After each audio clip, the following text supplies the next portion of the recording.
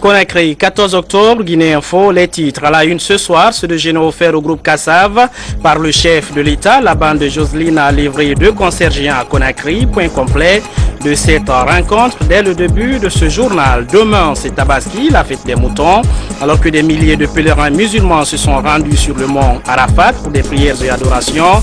Moins de visas cette année pour des raisons de sécurité sanitaire. Et puis nous irons à Kindia, en image, une rencontre de professionnels de la santé sur le dépistage du cancer du col de l'utérus et la planification familiale. Manga Fodé Touré nous en dira plus dans Guinée Info, votre journal. Bonsoir à tous, merci de nous choisir. Vous êtes sur la télévision nationale. En image tout de suite, le mythique groupe Kassav chez le président de la République. La bande de Jocelyne est à Conakry pour célébrer les 20 ans d'existence de la structure Tidjane World Music. C'est fait ce week-end. Le chef de l'État a déjeuné avec les artistes et musiciens de Kassav. L'occasion pour professeur Alpha Condé de saluer le parcours exceptionnel de ce groupe. Mohamed Lamine Souma.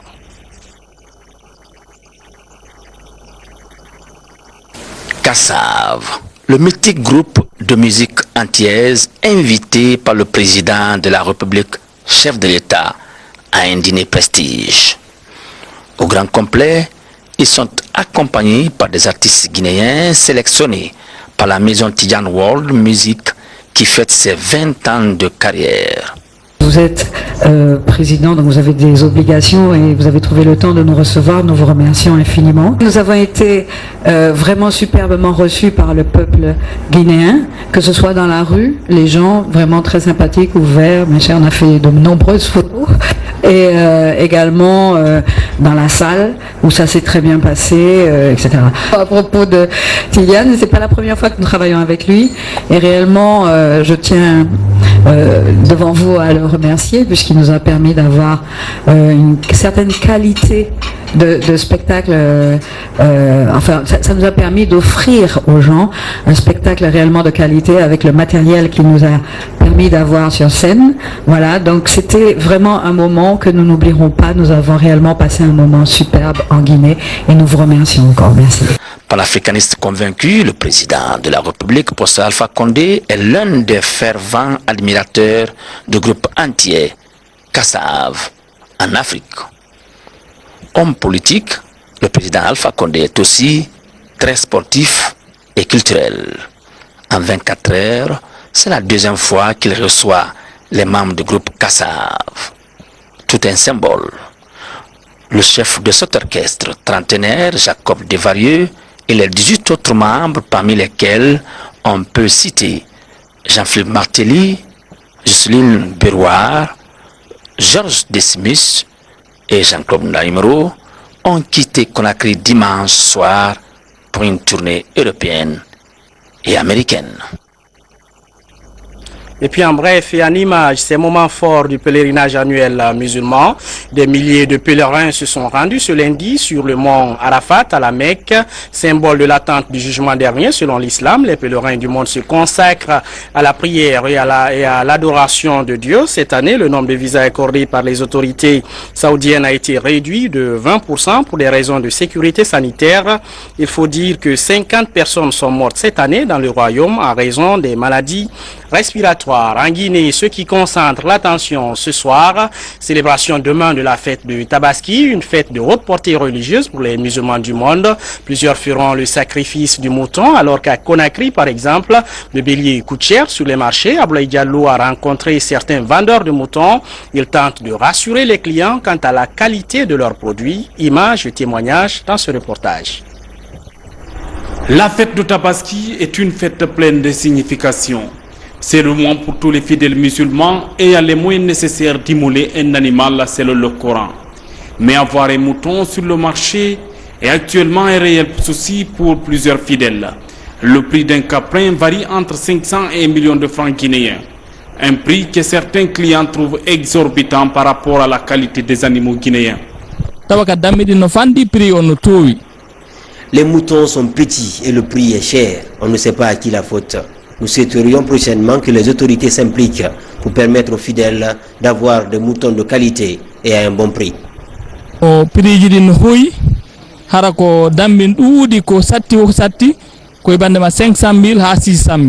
Les vendeurs de petits ruminants, eux, évoquent les conditions d'élevage, la cherté des produits vétérinaires et le coût élevé des transports. C'est le cas de ces acteurs venus de Dinguiraïa. Cette fois-ci est l'an passé. C'est l'an passé qu'il y a beaucoup de souffrance, encore mieux cette fois-ci. Cette fois-ci, on ne savait pas d'abord si ça va finir, mais l'an passé, ce n'est pas fini. On est mobilisé, retourner avec le Caporet jusqu'à Dinguiraïa encore. Donc si vous n'arrivez pas à vendre tout, comment vous allez faire? Bon, si tout n'est pas fini, on va regrouper. Si on a eu quelqu'un ici qui va payer, on revend. Si on n'a pas eu quelqu'un qui va payer, on va partir avec. Parce qu'on ne peut pas laisser sur le terrain comme ça. Je peux dire que le prix n'est pas exorbitant parce que si on se réfère des prix d'achat, parce que d'abord c'est des animaux qui ont été entretenus de 3 à 4 mois. Donc il y a eu des frais afférents. L'alimentation, les graines de coton ont été achetées depuis Koundara, drainées jusqu'à Dinguiraïa. Donc si on fait calcul de tous ces frais-là, donc prix d'achat, le minimum c'était 450 000, même 500 000, ils ont acheté certains béliers. Donc tout ça l'a réuni. Jusqu'à maintenant, les frais de transport arrivés à Conakry, vous voyez, il faut qu'ils vendent de 500 à 1 200 000 pour qu'ils s'en sortent. Pour certains fidèles musulmans, cette fête de Tabaski arrive à un moment où les Guinéens traversent une situation économiquement difficile. L'une des raisons qui ralentit l'affluence sur les différents marchés comparativement aux années précédentes. Restons dans les marchés de Conakry. Je vous amène à Matoto notamment, où nos reporters ont rencontré des parents d'élèves coincés entre deux événements, la rentrée des classes et la fête des moutons. Conséquence, le mois d'octobre pourrait être le mois le plus éprouvant pour les parents en termes de dépenses. Voyons tout ça avec Sekou Fernand Kourouma et Ibrahima Sourian Sané. Voici le marché de Matoto, un des nombreux marchés de la capitale que fréquentent des familles de toutes catégories sociales. Ici, on rencontre des marchandises de diverses natures, des chaussures, des habits, des sacs et autres articles scolaires. L'atmosphère dans ce marché annonce la rentrée des classes et l'approche de la fête de la Tabaski. Des parents viennent faire leurs achats. La vendeuse a dit, est-ce que c'est 20 000? J'ai discuté, elle n'a pas accepté. Elle a dit que je vais amener 20 000. Donc, c'est obligatoire que j'achète pour ma fête. Elles sont plusieurs dizaines de femmes vendeuses d'habits pour enfants. Assises derrière leurs étals, elles ne louent pas la ferveur de la fête. Depuis que je suis venue, je n'ai vendu aucun article. Rien ne marche et les clients se font rares. Que Dieu nous aide. Par contre, cette couturière tire son épingle du jeu. Par la grâce de Dieu, ça marche, ça passe bien. Mais cette fois-ci, pour ces fêtes-là, les tenues sont manquées. Parce que la fête est coïncidée avec la rentrée, donc les tenues de fête sont manquées. Et allez, là, je n'ai même pas le temps pour coudre les tenues de fête. Les tenues de sortie, j'ai vendu au moins 4, les tenues de lecture, j'ai vendu au moins 10 ce matin. La morosité qui frappe ce marché laisse voir que la conjoncture n'épargne personne. Et puis ce communiqué du ministère du Travail et de la fonction publique, conformément aux dispositions du décret du 1er août de 1995, instituant les fêtes légales en République de Guinée, Madame la ministre du Travail et de la fonction publique porte à la connaissance des travailleuses, travailleurs et agents des secteurs publics mixtes et privés, que la journée du mardi 15 octobre 2013, jour de la fête de Tabaski, est déclarée férié, chômé et payé sur toute l'étendue du territoire national. Madame la ministre du Travail et de la fonction publique profite de cette heureuse occasion pour souhaiter bonne fête à l'ensemble des travailleurs et travailleuses. Madame Baldé Hadja Mariama Ba. Jour J-2 pour célébrer la journée mondiale de l'alimentation. C'est la ville de Bofa qui accueille l'événement cette année. On parlera des systèmes alimentaires durables au service de la sécurité alimentaire et de la nutrition. Le point avec Fodé Camara, Mamadou Alpha Baldé. Nourrir les 7 milliards de personnes que compte la planète, un défi pour l'Organisation des Nations Unies pour l'alimentation et l'agriculture FAO. À travers la célébration annuelle de la Journée mondiale de l'alimentation, l'institution fait un point sur la situation alimentaire mondiale. D'un point de vue de l'offre et de la demande, depuis 1945, le système alimentaire a fonctionné remarquablement bien. La population mondiale a triplé durant cette période et les disponibilités moyennes de nourriture par habitant ont également augmenté de 40%. Il s'agit là d'une avancée importante. Mais Si nous regardons de plus près, nous constatons toutefois que le fonctionnement du système alimentaire actuel révèle d'énormes lacunes. À ce jour, quelques 840 millions de personnes sont victimes de pénurie alimentaire et 1,5 milliard de surpoids ou d'obésité dans le monde. Selon des spécialistes, 70% des affamés de la planète vivent en milieu rural. Le changement climatique constitue aussi une menace pour la sécurité alimentaire mondiale. Depuis 1997, cette célébration est couplée à la Téléfood, qui est une campagne annuelle d'émissions médiatiques, de colloques, de concerts et d'autres activités culturelles et sportives. Cet événement parallèle, qui est à sa 16e édition, est destiné à toutes les sensibilités pour collecter les contributions volontaires en vue d'aider les populations touchées par la sous-alimentation, la malnutrition et la pauvreté. Les projets qui en seront financés serviront de cadre de réalisation des activités des petits agriculteurs, éleveurs, pêcheurs et forestiers pour améliorer leur production et leurs revenus afin de nourrir convenablement leurs familles.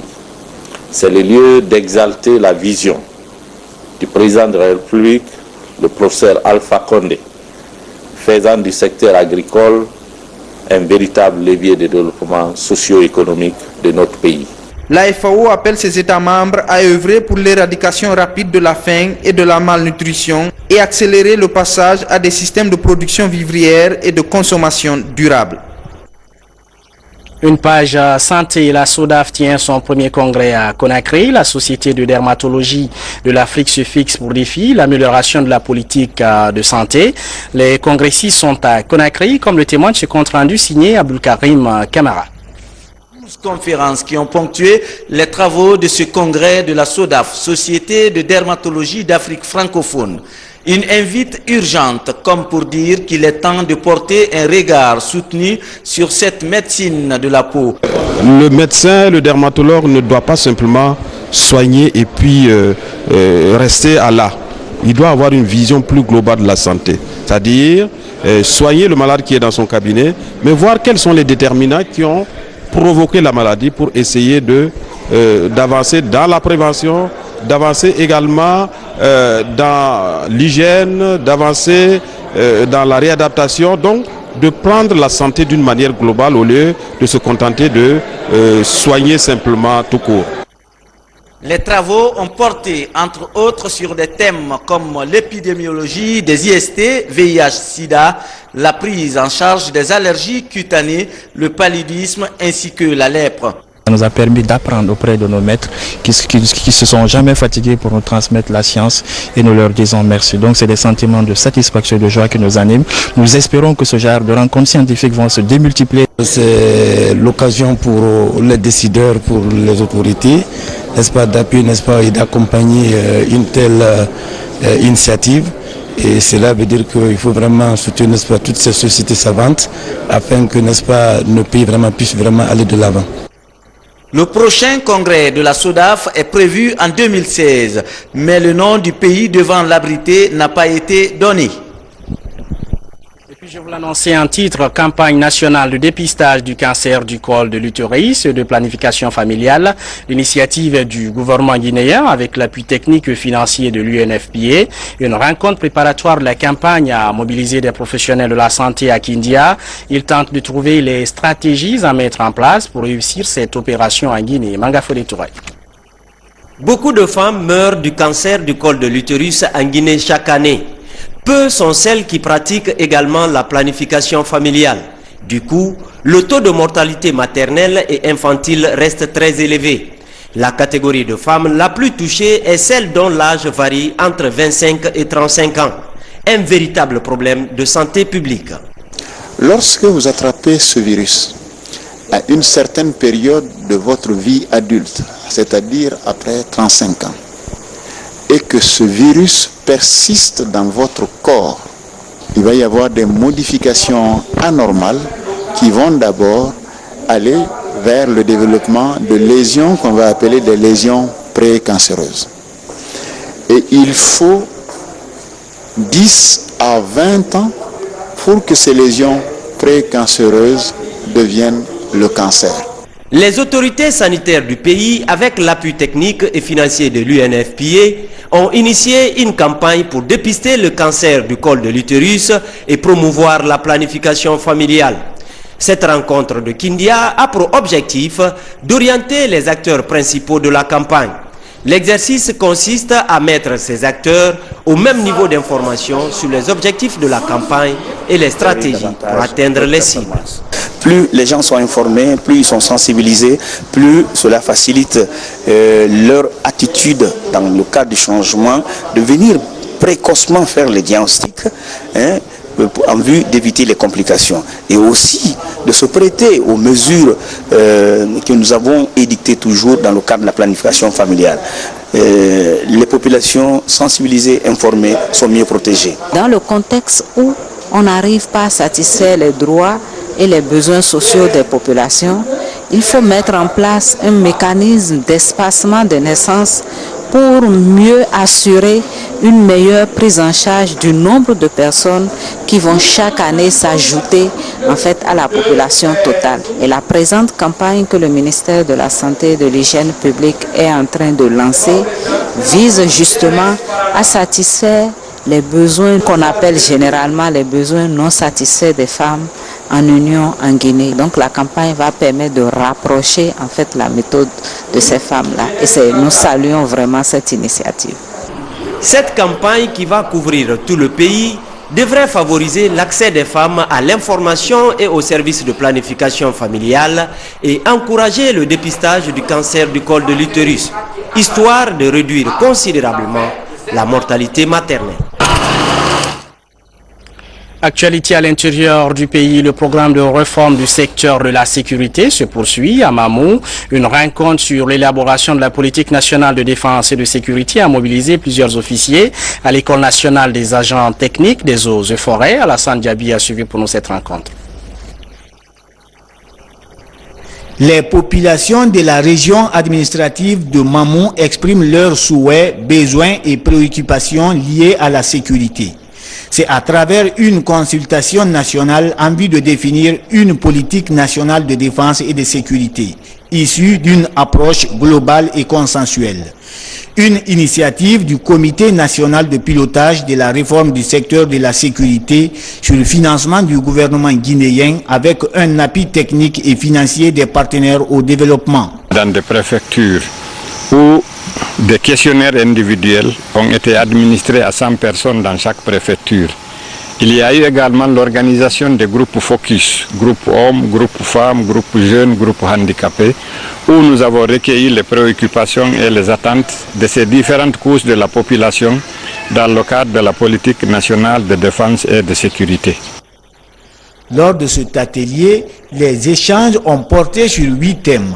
Notamment la connaissance générale du secteur de défense et de sécurité, la présentation des 5 politiques sectorielles, la défense, la sécurité, la justice, l'environnement et la douane. Nous sommes en train de tirer les conclusions, les atouts, les opportunités, les faiblesses et que nous allons condenser dans un rapport et présenter au Comité national de pilotage. Cet atelier a duré 6 jours et a abouti à des recommandations telles que la prise en compte de toutes les préoccupations locales exprimées lors de ces consultations régionales. Des consultations qui vont se poursuivre dans les autres régions administratives du pays. Et puis à Kindia, Mamou Labé évoqué, le Comité national de pilotage de la réforme du secteur de la sécurité a organisé ce même type de rencontre. Ce sont des consultations qui devraient aboutir à l'élaboration d'une politique nationale de défense et de sécurité. Les explications avec Mohamed Kassé. Cet atelier a regroupé près de 60 participants venus des préfectures du gouvernorat de Boké et s'est déroulé en 6 jours. Les 3 premiers jours ont permis à l'équipe d'animation de communiquer sur la présentation du processus de la réforme du secteur de la sécurité, généralité, présentation du processus guinéen de la RSS et présentation, généralité et format de la politique nationale de défense et sécurité suivie des 5 politiques sectorielles. Nous sommes tenus de redoubler d'efforts afin de concrétiser les besoins et les aspirations de la population dans le cadre de la réforme des différents secteurs de défense et sécurité. La consultation pour l'élaboration de la politique nationale de défense et de sécurité à Boké a permis de prendre en compte les besoins, les préoccupations et les souhaits de la population à la base. À la fin des travaux, l'équipe d'animation Réforme Secteur Sécurité a remis au gouverneur de Boké une copie des résultats de consultation de la politique nationale de défense et de sécurité de la région. C'est une bonne nouvelle pour les usagers de la route Kankan-Mandiana. Le trajet sera reconstruit, tout comme celui de Kankan-Kerouané-Kissidougou. Les entreprises guittières Ubomaf s'engagent à réhabiliter ces routes. Elles sont fortement dégradées. Vous allez le voir dans ce reportage de notre correspondant régional à Kankan, Fodé Bangali Fofana. Après avoir fait la reconnaissance du site du futur pont devant être construit ici à Djelibakoro sur le fleuve Milo pour relier directement les préfectures de Sigiri et Mandiana, c'est à Kankan que la mission conjointe des deux PDG d'entreprises Guiter et Eboumaf du Burkina Faso avec les cadres du département des travaux publics et transports est arrivée. Objectif, visiter le départ des tronçons ciblés pour le projet de construction des routes nationales numéro 6, Kankan-Kissidougou, longue de 190 km, Kankan-Mandiana, route numéro 7, longue de 87 km, et la nationale numéro 1, Kankan-Kerouané, longue de 145 km. Une occasion pour la mission d'apprécier l'état et surtout le niveau de dégradation très poussé de ces tronçons les dernières années. Ensuite, la mission a visité les installations de l'entreprise Guiter, comprenant la carrière de granit et les équipements ici à Morignumaya et là à Kankankura, la base vie de l'entreprise. Et puis en image tout de suite, un forum sur l'éducation au service de la culture. C'est le défi que se fixent les organisateurs. Vous allez les entendre, ils donnent aux élèves et étudiants guinéens la possibilité de s'inscrire dans une école étrangère pour se former. Ce sont leurs propres mots et le ministère des Guinéens de l'étranger salue l'initiative comme le montre ce reportage de Yaya Silla. Le groupe CCI Afrique, cabinet de conseil international Afrique, est une structure de promotion et d'investissement à caractère économique et culturel. Il est basé à Paris. Son président directeur, le Sénégalais Mamadou Saliou Sow, est reçu par la ministre déléguée des Guinéens de l'étranger en compagnie de l'artiste Alpha Diodara à la veille du forum qu'organise sa structure à Conakry sur le thème « L'éducation au service de la culture ». Ce pays nous intéresse plus d'un titre, parce que nous considérons que la Guinée doit être le fleuve de l'Afrique, le fleuve qui va arroser l'Afrique. Et par là, nous considérons que ça ne passera inéluctablement que sur la formation des ressources humaines guinéennes. L'État guinéen est en train de tout faire pour permettre aux jeunes Guinéens d'être bien formés.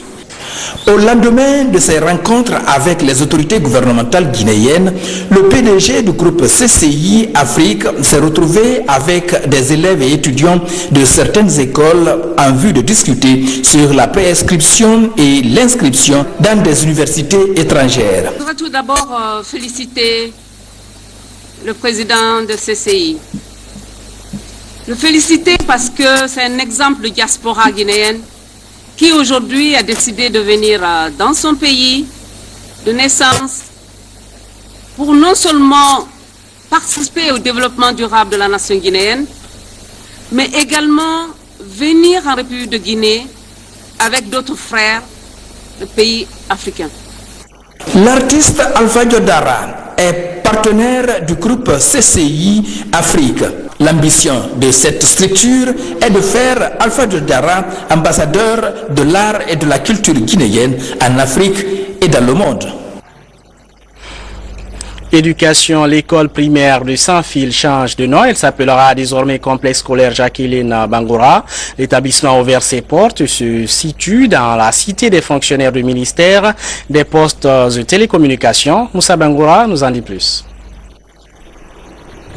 L'école primaire de Saint-Fil à la cité des fonctionnaires des télécommunications change de nom. L'infrastructure s'appelle désormais Complexe scolaire Jacqueline Bangoura. C'est suite à un appel d'offres lancé par le ministère des Postes et Télécommunications que le groupe Jacqueline est retenu pour la gestion de cet établissement qui a ouvert ses portes la semaine dernière avec un effectif de 176 élèves. Nous avons envie de faire une extension de cette école, de créer un centre informatique avec une bibliothèque multimédia pour permettre aux enfants d'être plus près des livres, des documents, mais aussi aux enseignants parce qu'on se dit pour être mieux formé, il faut des documents de base, il faut des formations adéquates, mais aussi une infirmerie et également une cantine scolaire. Avec plus de 15 ans d'expérience en la matière, ces encadreurs s'engagent à relever le défi de la formation dans ce nouvel établissement. C'est ma première année ici et la sixième année aussi c'est la première année. Je donnerai au fond aux élèves un succès total, pas de notre école d'abord, mais dans toute l'étendue du territoire en un mot, surtout à la commune de Kaloum. 12 enseignants repartis dans 8 salles de classe. L'école primaire de Sans-Fil, actuel complexe scolaire Jacqueline Bangoura, a été construite en 2010 par le gouvernement de la transition à la faveur de la construction des logements pour les fonctionnaires du ministère des Postes et Télécommunications. On termine avec cette visite officielle du président français en Afrique du Sud. François Hollande est arrivé dans la capitale sud-africaine après 2 ans et demi de tensions diplomatiques. Paris et Pretoria sont à la recherche d'un rapprochement, comme le montre ce reportage de nos confrères d'AITV. Une trentaine d'heures pour signer quelques contrats économiques et lever 2 ans et demi de tensions diplomatiques. C'est la mission de François Hollande en Afrique du Sud. Le président français est arrivé lundi à Pretoria où il a été accueilli en grande pompe par Jacob Zuma pour sa première visite d'État. Aucune ambiance guerrière entre les deux nations, mais une lutte d'influence sur le continent. L'Afrique du Sud a souvent reproché son interventionnisme à la France, naguère dans les crises ivoiriennes et libyennes, plus récemment au Mali et en Centrafrique. Mais lundi, le ton était à l'apaisement. La France n'a pas à être là où elle n'a pas été appelée. La France, elle doit, avec l'Europe, encadrer, former et parfois même équiper ses forces régionales pour que les Africains puissent décider eux-mêmes de la sécurité de leur continent. L'Afrique est en train de se doter d'une capacité à intervenir dans toutes sortes de situations. Et je suis très heureux que le président Hollande ait clairement dit qu'il serait là pour soutenir nos efforts. Quoi que nous fassions, la France sera à nos côtés. Cet apaisement a sans doute favorisé la signature de plusieurs contrats économiques portant notamment sur la construction d'une centrale thermique et d'une centrale solaire. François Hollande a également confirmé un important contrat pour Alstom dans le domaine ferroviaire. Le groupe français s'est engagé à créer 8000 emplois en Afrique du Sud.